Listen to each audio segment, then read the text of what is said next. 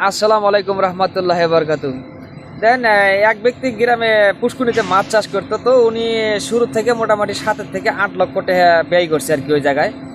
তো হয়তো ওনার সাথে যে কোনো একটা ব্যক্তির সাথে দণ্ড বিবাদ ছিল আর কি, নারাই বিবাদ ছিল। তো সম্ভবত ওই ব্যক্তিটাই হয়তো রাতে যায় আবার বিষ ঝালছে, এই পুষ্কুনিতে বিষ ঝেলে দিছে। তো যার কারণে ওই পাগারের থেকে সবগুলো মাছ মারা গেছে। এখন আমার কথা হলো, সবগুলো মাছ মেরে দিয়ে আপনার এই 8 লক্ষ টাকা লস করে দিলেন এই ব্যক্তিটার, কি লাভটা পাইলেন কন? না আপনি 10টা টাকা কোনো জায়গাতে পাইলেন, না আপনি কোনো লোক ভালো কব। এখন আমার কথা হলো, আপনি ওনার 7 লাখ টাকা লস করে দিলেন।